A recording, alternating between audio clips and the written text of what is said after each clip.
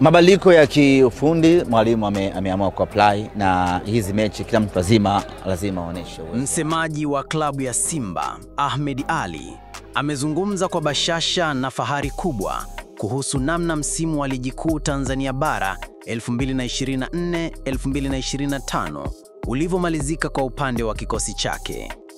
Akizungumza na waandishi wa habari mara baada ya mechi ya mwisho ya msimu, Ahmed alisema, "Tunamshukuru Mungu kwa kutuwezesha kumaliza msimu huu salama.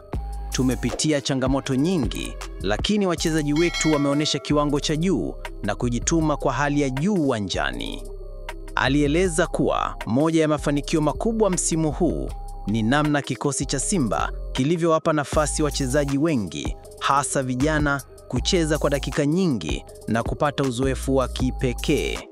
Kikubwa tunachojivunia ni kuona kila mchezaji amepata muda wake wa kuonyesha thamani yake.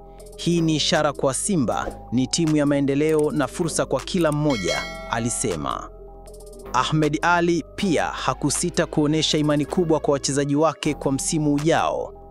Wameandika historia kubwa ndani ya klabu hii, si tu kwa matokeo, bali pia kwa jinsi walivyopambana, nidhamu walioionyesha na mapenzi yao kwa jezi ya mnyama.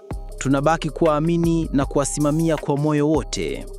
Msemaji huyo pia aliwashukuru mashabiki wa Simba kwa moyo wao wa uzalendo na sapoti isiyo na kifani. Tunaahidi msimu ujao kurudi kivingine, tukiwa na nguvu mpya, ari mpya na kiu ya mafanikio makubwa zaidi. Kwa ujumla, Ahmed Ally alimalizia kwa kusema kuwa Simba itaendelea kuwa taasisi ya mfano katika soka la Tanzania na Afrika kwa ujumla.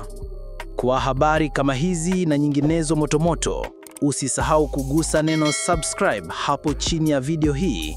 Karibu sana Momed TV.